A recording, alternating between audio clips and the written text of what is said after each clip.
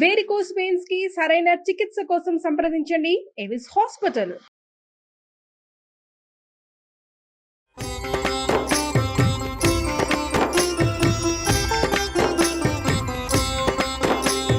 నమస్కారం. విష్ణు పురాణము 9వ రోజు పారాయణలోకి వచ్చాం. జడభరతుడు వీరరాజు అనే రాజుకి మోక్ష జ్ఞానాన్ని కలగజేస్తున్నాడు. ఇప్పుడు అతడు ఎట్లా కనపడుతున్నాడు? ఒక మూఢుడైన బ్రాహ్మణుడిగా కనిపిస్తున్నాడు. అలాంటి స్వరూపంలో ఉన్న భరతుడు రాజుకి ఏం చెప్పాడో చూద్దాం మనం. అయితే నువ్వు శిబికెక్కేవు, ఇది దారువా వృక్ష అంటే కర్ర చెట్ట, దారువైతే నిన్ను దారు ఎక్కావని అనరు. ఇది వృక్షం అంటావా వృక్షం ఎక్కావనరు. ఇది ఇప్పుడు దారులు చాలా చెక్కలతోటి తయారు చేయబడింది కాబట్టి దీనికి శిబిక అని పేరు. అప్పుడు నేను శిబికారూఢుడు అనాలి. నువ్వు మనం ఎలా ఉన్నాము అనే దాన్ని బట్టే అవతల వాళ్ళు మన ఏదైనా అంటారు, కానీ మనం అది ఎంతో కాలం అలా ఉండవు. ఇప్పుడు నువ్వు ఒక అందలం ఎక్కితే అందలం ఎక్కిన వాడు అంటారు, దిగాక నిన్ను అందలం ఎక్కిన వాడని అనలేరు కదా. అప్పుడు నువ్వు ఎక్కడుంటే అక్కడ. అలాగే ఆత్మ ఎక్కడుంటే ఆ పేరుతోటి పిలువబడుతుంది. చరాచర పదార్థాలన్నీ లోక సౌజ్ఞ చేతే మనకి భిన్న రూపాలుగా కనిపిస్తాయి. ఇప్పుడు ఒకే చెక్క ఒక చెట్టు నుంచి తయారు చేసింది ఒకటి బల్ల అవుతుంది, ఒకటి కుర్చీ అవుతుంది, ఇంకొకటి పీట అవుతుంది. ముక్కాలు పీట అవ్వచ్చు, 4 కాళ్ళ పీట అవ్వచ్చు. కానీ ఈ పీటకి మూలాధారం ఏమిటి? దారువు. ఆ దారువుకి మూలాధారం వృక్షం. కానీ పేర్లు ఎట్లా మారినాయి అలాగే మనం కూడా అంతే, మానవులు కూడా అంతే. ఏ కాలంలోనూ ఎలాంటి మార్పుని పొందనిది ఆత్మే. దానికి బాల్యం లేదు, వృద్ధాప్యం లేదు. శరీరానికే అవన్నీ ఉంటాయి. ఇప్పుడు మన తల్లిదండ్రులకి మనం కొడుకు, కొడుకులకి నువ్వు తండ్రివి, భర్తకి భార్యవి లేదా భార్యకి భర్తవి, ప్రజలకి రాజువి. నువ్వెవరు?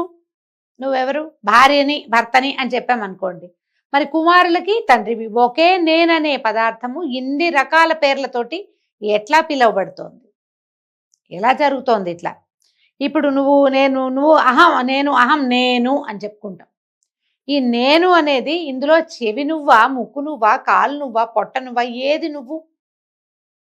ఇవన్నీ కలిపితే నువ్వు. పోనీ నువ్వేమైనా శాశ్వతంగా ఉంటావా? క్షణం తిరిగితే ఏమవుతామో తెలియదు. ఆ తర్వాత ఈ నేను అని చెప్పుకున్నటువంటి శబ్దం ఏ శరీరం నుంచి వచ్చిందో ఆ శరీరము పోతుంది, శబ్దము పోతుంది. ఇలా వివరంగా మాట్లాడాడు. ఇప్పుడు సోహం అనేది ఎలా అన్వయిస్తుంది అంటే, రాజు ఆశ్చర్యపోయాడు.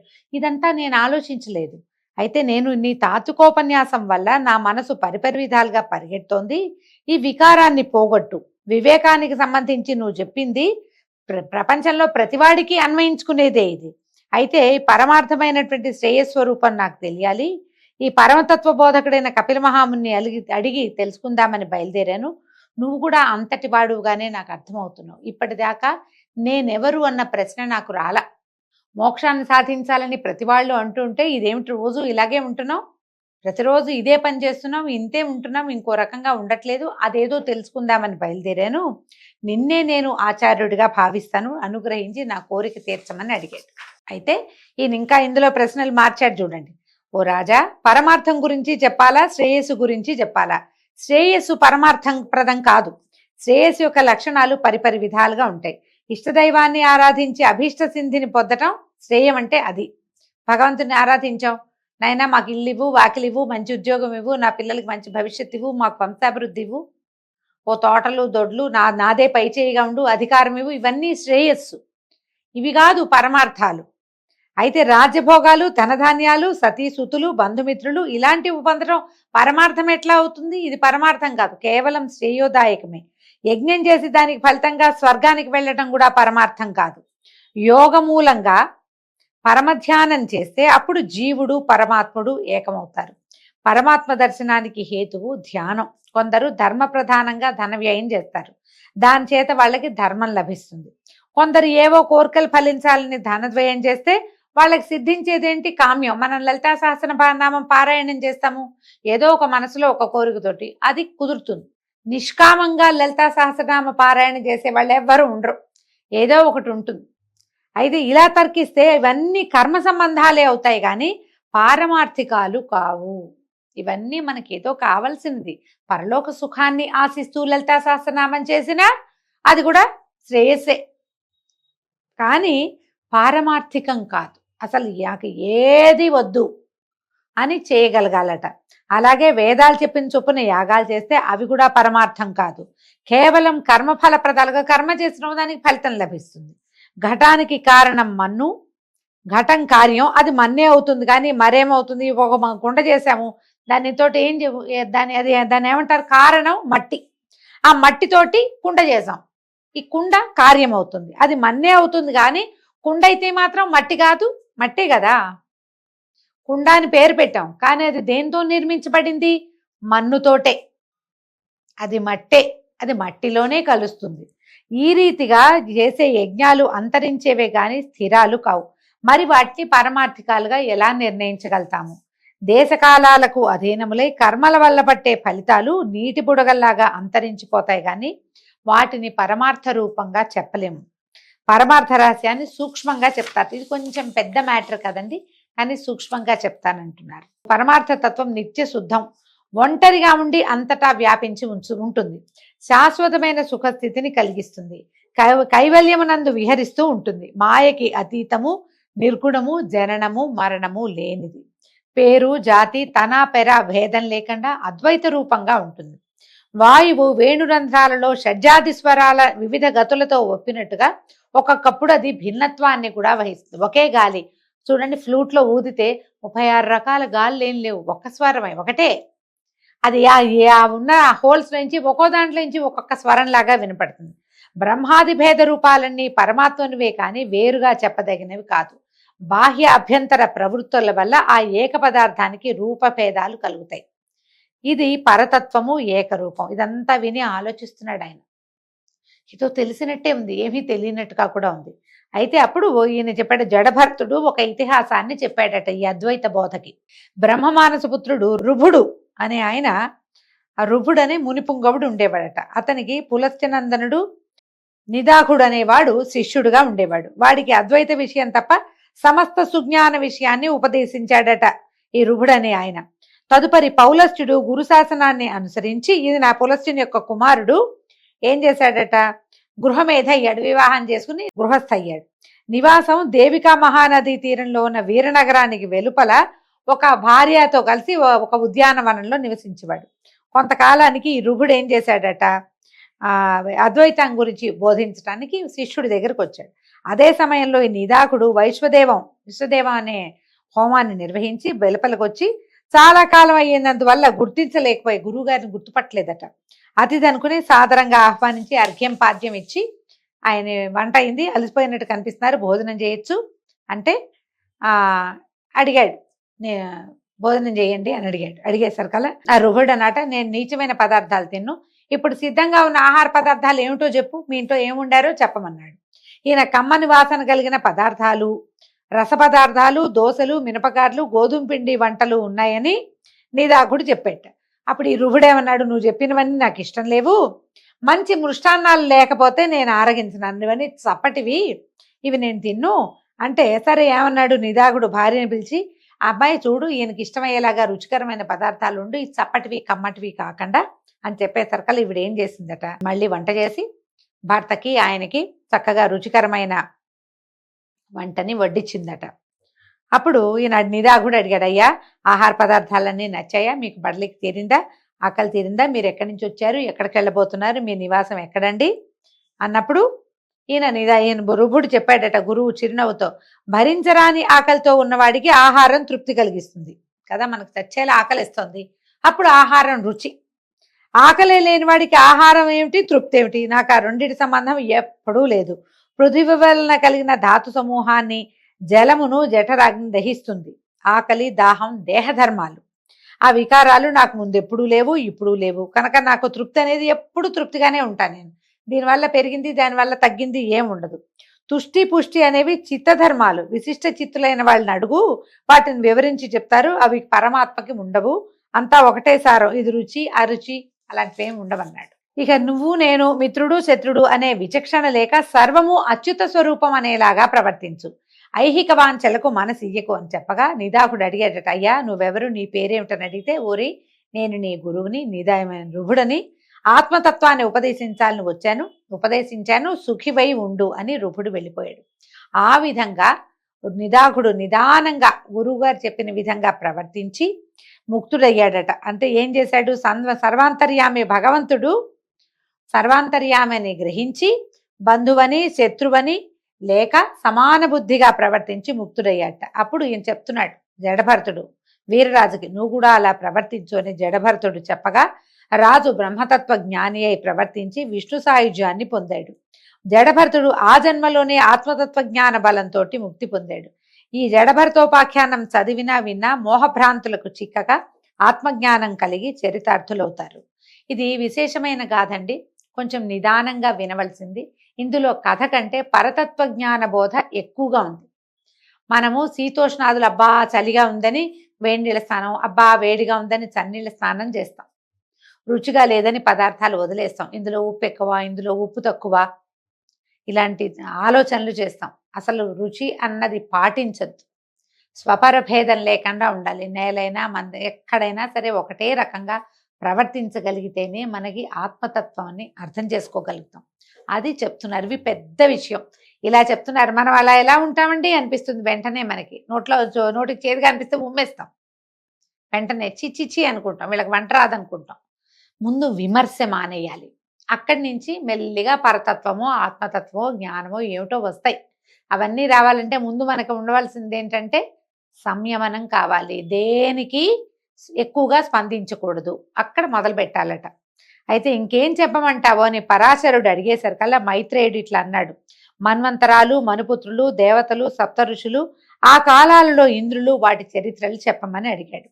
గడిచినవి రానున్నవి అయినటువంటి చతుర్దశ మన్వంతరాల చరిత్ర చెప్తామంటున్నారు. ఏమిటో ఇది చాలా విశేషంగా ఉంటాయండి. స్వయంభువ, స్వారోచిష, ఉత్తమ, తామస, రైవతక, చాక్షుషాలనే 6 మన్వంతరాలు చెల్లిపోయినాయి. స్వయంభువము, స్వారోచిషము, ఉత్తమము, తామసము, రైవతకము, చాక్షుషము ఇవి వెళ్ళిపోయినాయి. ఇప్పుడు వర్తమానం వైవస్వత మన్వంతరము. రోజు నిత్య పూజకి ఎవరైతే సంకల్పం చెప్పుకుంటారో వైవస్వత మన్వంతరే అని చెప్పుకుంటాం. మనం ఉన్న మన్వంతరం పేరు వైవస్వతము. కల్పాంత కథల వల్ల స్వయంభువ మన్వంతర చరిత్ర నువ్వు విన్నావు. ఇప్పుడు స్వారోచిష మన్వంతర కథ చెప్తానని చెప్తున్నారు. స్వారోచిషం అంటే 2వ మన్వంతరం. మన ముందున్న మన్వంతరం ముందు చాలా ముందుంది, దాని గురించి చెప్తానంటున్నారు. ఇప్పుడు ఇంద్రులు మారిపోతారండి ప్రతి మన్వంతరానికి. దీనికి చెప్తున్నారు. స్వారోచిష మన్వంతరంలో పాండవాదులు సురలు, వాళ్ళు దేవతలట. విపస్నిప్తుడు అనేవాడు ఇంద్రుడిగా ఉన్నాడు. ప్రాణవాత, అగ్నివృష, స్వరస్తంభక, ఊర్జకులు అనేవారు సప్తర్షులుగా ఉండేవాళ్ళు. ఋషులు మారిపోతారు మన్వంతరంలో. ఆ చైత్ర, చిత్ర, మదన, కింపురుషాదులు ఆ మనువు యొక్క కొడుకులుగా ఉండేవారట. ఉత్తమ మన్వంతరంలో తర్వాత మన్వంతరం సంగతి చెప్తున్నారు. సుశాంకుడు అనేవాడు ఇంద్రుడు. సుధాముడు మొదలైన 12 గణాదులు దేవతలుగా ఉన్నారు. మునుపు ఇంతకుముందు చెప్పారు. వశిష్ఠ నందనులు 7 సప్త మహర్షులుగా ఉన్నారు. 4వ మనువు తమసుడు. అతని మన్వంతరంలో శిబి ఇంద్రుడిగా ఉన్నాడు. ఇవి మారుతూ ఉంటారు. మనకి భవిష్యత్ బ్రహ్మ ఆంజనేయుడు అని చెప్పుకుంటాం మనం.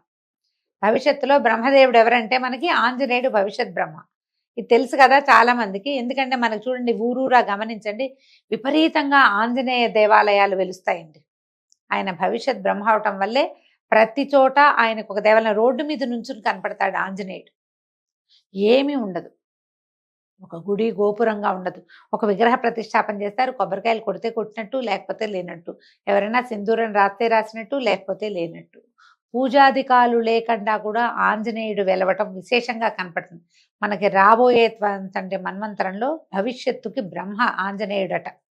అట్లాగే ప్రతి మన్వంతరంలోనూ ఇంద్రుడు, బ్రహ్మ వీళ్ళందరూ మారుతూ ఉంటారనమాట. ఇక్కడ 4వ మనువు తమసుడు. అతని మన్వంతరంలో శిబి అనే చక్రవర్తి కథలు చెప్పుకున్నాం మనం. ఆ శిబి చక్రవర్తి ఇంద్రుడుగా ఉంటాడు. హరసత్య రూపాదులు సురలు. తర్వాత కావ్య, చైత్ర, పృథుకావ్య, వర్ణ, అగ్ని, పీవర, జ్యోతి ధాతువులే సప్తర్షులుగా మారుతారు. ఖ్యాతిజ, అనుజంఘాదులు ఆ మనువు యొక్క కొడుకులుగా ఉంటారు. వాళ్ళు ధర్మాత్ములు, అనేక క్రతువులు చేసిన వారుగా ఉన్నారు. తర్వాత రైవత మన్వంతరంలో విభుడు అనేవాడు ఇంద్రుడు. అమితాభులు దేవతగణాలు.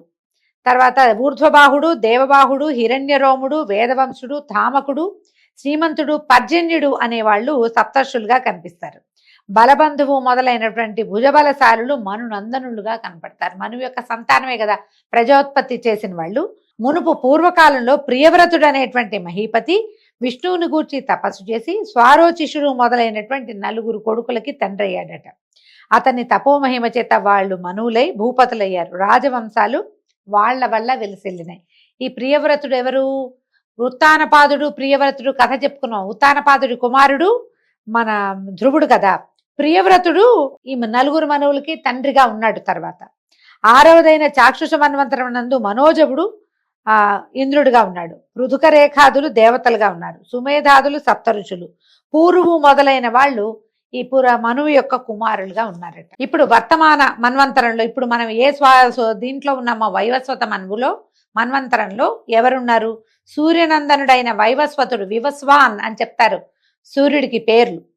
ఆదిత్య హృదయంలో వస్తుంది కదా, ఖగ పూష గభస్తిమాన్ ఇలా వస్తుంది చూడండి. అందులో వివస్వాన్ అనే పేరుంది. అతని కుమారుడైన వాడే వైవస్వతుడు. అతడు రాజుగా ఉన్నాడు. పురంధరుడు ఇంద్రుడు, ఆదిత్యవసురుద్రాదులు దేవతలు, గౌతముడు, జమదగ్ని, కశ్యపుడు, అత్రి, భరద్వాజుడు, వశిష్ఠుడు, విశ్వామిత్రుడు అనేవాళ్ళు సప్తర్షులుగా ఉన్నారు. ఇక్ష్వాకువు, నాభాగుడు మొదలైనటువంటి 9 మంది మనువు యొక్క కుమారులు. వాళ్ళు వేర్వేరు వంశకర్తలై అశ్వమేధాది యజ్ఞాలు నిర్విఘ్నంగా చేసి సాటి లేని బలపరాక్రమాలతోటి సిరి సంపదలతోటి రాణించారు. ఇప్పుడు మనం సప్తర్షి మండలం ఇప్పుడు వీళ్ళు కనపడతారనమాట మనకి. ఇంతకు ఆధారము అప్రమేయమైనటువంటి విష్ణు శక్తి అని గ్రహించు. ఈ జరిగే కథలన్నిటికీ ఆధారము అప్రమేయమైనటువంటిది, ఏ రకమైన ఎల్లలు లేనటువంటి విష్ణువే దీనికి ఆధారం. శ్రీహరి వంశాలు ఆయా మన్వంతరాలలో రూపాలు ధరించి సాత్విక గుణాలతోటి జగాలను రక్షిస్తూ ఉంటాయి. సురలు, సిద్ధులు, ఆద్యులు, చరాచర భూతాలు, ఖేచరులు, భూచరులు, జలచరాలు, వనచరాలు, మృగాలు, ఇలా జీవకోటి అంటే శ్రీ విష్ణుదేవుని విభూతిగా భావించు, సంభావించు అని చెప్పి అనాగత మన్వంతర విషయం గురించి చెప్పబోతున్నారనమాట. సూర్యుడు విశ్వకర్మ పుత్రికను సౌమ్యను పెండ్లాడి ఆమెతో వినోదించుతుండగా కొంతకాలానికి మనువు, యముడు అని 2 కొడుకులు, యమున అనేటువంటి కూతురు కలిగారు. తర్వాత సౌమ్యాదేవి, ఈ సౌమ్య అనే ఆవిడ సూర్యుని ప్రచండ కిరణాలకు ఓర్వలేక తన ఛాయతోటి ఒక యువతిని సృష్టించి పతి శుశ్రూషని జాగరూకతతోటి చేస్తూ ఉండు, నా పిల్లల్ని ఆప్యాయంగా పోషించమని అడవికి పోయి గుర్రంగా మారి తపస్సు చేస్తూ ఉంది. అప్పుడు ఛాయ సౌమ్యలాగానే పతిని సేవిస్తూ అలడిస్తూ ఉండగా ఆయన చాలా ప్రేమగా సంజ్ఞగానే భావించి అనుకూలంగా ప్రవర్తిస్తూ ప్రేమాతిశయంతో ఉండేవాడు. కొంతకాలానికి ఛాయకి మనువు, శనైశ్వరుడు అనేటువంటి 2 కుమారులు, తపసి అనే కూతురు కూడా పుట్టారు. వీళ్ళు క్రమంగా పెరుగుతూ ఉండగా అయితే తపసిని తపతి అనే పేరుతోటి కూడా చెప్తారు. అయితే ఈ ఛాయ తన పిల్లల్ని చూస్తున్నట్టుగా తన పైనున్న 3 పెద్ద పిల్లల్ని చూడకపోవటం గమనించి ఒకనాడు కోపావిష్టుడైన ఈయన కేకలేశాడు. మనువు, తల్లివైన నువ్వు పిల్లలందరినీ సరిగా చూడక మా యందు పక్షపాతంతో ఉంటున్నావు, ఏమిటి బుద్ధి, నువ్వు ఎందుకు ఇట్లా ప్రవర్తిస్తున్నావని యముడు అంటే పెద్ద కుమారుల్లో ఒకడైనటువంటి యముడు ఛాయని అనరాని వినడాని పరుషవచనాలతో నొప్పిస్తే ఏం చేసిందట, తాళలేక నొప్పించి అన్నాడు. అనేసరికల్లా ఆవిడ కూడా కేకలేసింది. కేకలేసరికల్లా యముడు తాళలేక తిట్లు భరించలేక ఛాయను ఒక తన్ను తన్నేట. ఆ అవమానం భరించలేని ఛాయ నీ పాదాలు బరువైపోగాక అని శపించిందట. మర్నాడు సూర్యుడు వికృతంగా బరువుగా లావుగా వాచిపోయి ఉన్నటువంటి ఈ యముడి పాదాలు చూసి ఏమిటా నాయన నీ పాదాలు ఇలా ఉన్నాయి అని సూర్యుడు ప్రశ్నిస్తే, నాయన నువ్వు కర్మసాక్షి అని అందరూ అంటారు, కానీ మన ఇంట్లో ఏం జరిగిందో నీకు నేను చెప్పాల్సి వస్తుంది, నువ్వు అడిగావు కాబట్టి నేను చెప్తున్నాను. అమ్మలాగానే ఉన్న ఈమె అన్నదమ్ములైన మమ్మల్ని సమదృష్టితో చూడకుండా వాళ్ళని వేరేగా మమ్మల్ని వేరేగా చూస్తుంటే నేను అడిగాను, నేను గట్టిగా ప్రశ్నించా, నేను దుర్భాషగానే అడిగా. ఆమె నన్ను నానా దుర్భాషలు ఆడింది. నేను భరించలేక తన్నేను. ఆమె మా అమ్మలాగా కనపడుతోంది కానీ అమ్మలాంటి ప్రవర్తన ఈమెకు లేదు. ఈమె ఎవరో మాయలాడి తెలుసో తెలియకో కొడుకులు ఏమైనా ఉంటే తల్లి పిల్లల్ని ఓదారుస్తుంది, దగ్గరికి తీసుకుని సముదాయిస్తుంది, కానీ శపించదు. ఇది తల్లి గుణమేనా? నన్ను తన్నేనంది. నాకు ఈమె ఎందు తల్లి లాంటి భావన కలగటం లేదు. కాబట్టి నేను మనసాక్షిగా చెప్తాను, ఈమె తల్లి కాదు, నేను ఈమె కొడుకుని కాదు, చిత్తగించు, అంతా నీ ఇష్టం ఇంకా అని కోపంతో యముడు తండ్రికి చెప్పాడు. ఈమె తల్లిలాగా ప్రవర్తించట్లేదు. సూర్యుడు ఛాయాదేవిని అప్పుడు పరిశీలనగా చూశాడు. చూసి, కాంత ఎవరు నువ్వు? యమునిపై అంత నిర్దయగా ప్రవర్తించవు. ఏ కన్న తల్లైనా ఇట్లా శపిస్తుందా? ఏం కారణం? నువ్వు మాయలాడివని అనుకోవాల్సి వస్తుంది, ఉన్నట్టు చెప్పు, ఏం జరిగిందో చెప్పంటే అప్పుడు ఛాయ ఇప్పుడు చెప్పిందనమాట. పద్మబాంధవ, నేను సౌమ్యని కాను, నా పేరు ఛాయ. ఆమె తన నీడని ఇలా నన్ను రూపసిగా చేసి ఇక్కడ నుంచోబెట్టింది. తన అడవికి వెళ్ళింది, తపస్సు చేసుకుంటానంది అని చెప్పేసరికి ఛాయ మాటలు విన్నటువంటి సూర్యుడు ఆమెనేమిని అనలేక యముని పాదాలు యథాపూర్వంగా ఉండేటట్టుగా అనుగ్రహించాడు. ఛాయ వల్ల సౌమ్యాదేవి ఎక్కడుందో, అరణ్య నివాసం ఎక్కడ చేస్తోందో తెలుసుకుని అక్కడికి వెళ్ళి గుర్రంలాగా మారి ఆమెని మోహపెట్టి వినోదంగా ఉన్నాడు కొంతకాలం. అక్కడే ఉండగా ఏమట వీళ్ళిద్దరికీ ఈ గుర్రం రూపాలతో ఉన్నటువంటి సూర్యుడు సౌమ్యాదేవి దంపతులకి అశ్విని దేవతలు రేవంతుడు జన్మించారు. తర్వాత సూర్యుడు సౌమ్యతో నిజ రూపానికి మళ్ళీ వచ్చి తన ఇంటి దగ్గర ఇంటికి వచ్చేసాడు. ఇంతలో విశ్వకర్మ త్వష్ట వచ్చి సౌమ్య బాధ సూర్యుడికి చెప్పి ఒప్పించి అతని కిరణాలని హస్తయంత్రంతో సానపట్టాడట. 1000 కిరణాల్లో నుంచి 8వ వంతు సానపట్టేసరికల్లా ఒకంత వేడి తగ్గిందనమాట. ఆ వేడి తగ్గి సౌమ్య సుఖంగా ఉండేదట. తర్వాత విశ్వకర్మ సానపట్టినప్పుడు ఏం చేశాడట, ఆ సానపట్టిన సూర్యకిరణాల రజనుతోటి శివునకు త్రిశూలము, విష్ణువుకి చక్రము, కుబేరుడికి ఖడ్గము, కుమారుడికి అంటే కుమారస్వామికి శక్తి, వివిధ ఆయుధాలు ఆయా దేవతలకి రూపొందించి ఇచ్చాడు. ఈ విధంగా వైష్ణవ తేజస్సు ఆయా దశలలో పలు విధాలుగా భాసిస్తూ ఉంది. కొంతకాలానికి సూర్యుని వలన సౌమ్యకు ఒక కుమారుడు ఛాయాశక్తితో సహా కలిగాడట. అతని పేరు సావర్ణి. ఇతను అన్ని విధాలా తన అన్నలకు సాటి అయినటువంటి లోకపావన మూర్తిగా జన్మించాడు. అయితే ఈ సావర్ణి ఏం చేశాడట, తపశ్శక్తితో విష్ణువు అనుగ్రహం కోరి మనువు కావాలని తపస్సు చేయటం మొదలుపెట్టాడట. రసాతలాధిపతి అయి ఉన్నటువంటి బలి ఇంద్ర పదవి కోసం వాసుదేవుణ్ణి ఆరాధిస్తున్నాడు. సుతపాది 20 గణాలు దేవగణాలు కావాలని తపస్సు చేస్తున్నారు. గాలవుడు, దీప్తిమంతుడు, పరశురాముడు, కృపాచార్యుడు, అశ్వత్థామ, కృష్ణద్వైపాయనుడు, ఋష్యశృంగుడు, సప్తమహర్షులు, నిర్మోహుడు, వీరబాహుడు మునగున్న వారు రాజులవుతారు. వాళ్ళు సావర్ణి కొడుకులు. ఇలాగా ఆ మన్వంతరం గడిచిన తర్వాత దక్ష సావర్ణి మన్వంతరం ప్రారంభం అవుతుంది. ఆ సావర్ణంలో మహావీరుడు అనేవాడు ఇంద్రుడు. ధార, మరీచి, సుధర్మ గర్భాదులు దేవగణాలుగా ఉంటారు. సవనుడు, భవ్యుడు, ధర్ముడు, ద్యుతిమంతుడు, దీప్తి, మేఘుడు, దీప్తకుడు, జ్యోతిష్మతి అనేవాళ్ళు సప్తర్షులుగా ఉంటారు. దివ్యకేతువు, మహాకేతువు మొదలైన ఆ మనువు కొడుకులు రాజులవుతారట. తదాదిగా బ్రహ్మసావర్ణి మంత్రం వస్తుంది. ఇంకా ఎన్ని మన్వంతరాలు మారతాయో చూడండి. దాని యందు శాంతి అనేవాడు ఇంద్రుడుగా, సుఖాత్ముడు, ధర్మాదులు 100 సురలుగా దేవులుగా ఉంటారట. సహ్యుడు, నాభాగుడు, సంతుక్తి, సత్యకేతువు మొదలుగా 7 ఋషులు, సుక్షేత్ర ప్రముఖులు, బ్రహ్మసావర్ణి కొడుకులు 10 మంది పరిపాలకులు అవుతారు. ప్రతి మన్వంతరంలోనూ ఇలా ఇంద్రుడు మారతాడు, మనువులు మారతారు, మను కుమారులు మారతారు, దేవతలు మారతారు, సప్తర్షులు మారుతూ ఉంటారు. తదాదిగా విష్ణు సావర్ణి మన్వంతరం, తర్వాత రుద్ర సావర్ణి మన్వంతరం వస్తుంది. ఈ విధంగా మనకి మన్వంతరాలు తిరుగుతుంటే మన్వంతరాలని బట్టి వీళ్ళందరూ మారటంతో మనం ఇప్పుడు వైవస్వత మన్వంతరే, కలియుగే ప్రథమపాది, జంబూద్వీపే, భరతవర్ష, భరతఖండే అని చెప్పుకుంటాం.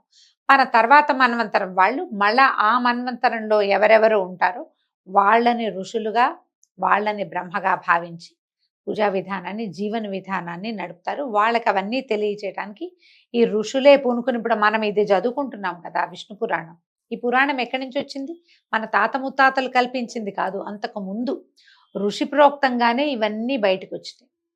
ఎవరైతే సప్తర్షులుగా ఉంటారో వాళ్ళల్లో ఒకరిద్దరు దేనికి పూనుకుని భూమి మీద జన్మించినటువంటి ప్రజాపతుల సంతానానికి జ్ఞానబోధ చేస్తారు. కర్మలన్నీ బోధిస్తారు, యజ్ఞయాగాదులు నియమనం చేస్తారు. ఈ యుగంలో ఎట్లా ప్రవర్తించాలో ఆ నియమాన్ని బోధిస్తారు. దాని ప్రకారంగా యుగ ధర్మాలు నడుస్తూ ఉంటాయి. దీంతో ఈరోజు పారాయణ పూర్తయిందండి. రేపు ఉదయం మళ్ళీ విష్ణు పురాణం తర్వాత భాగంలోకి వెళ్దాము. నమస్కారం.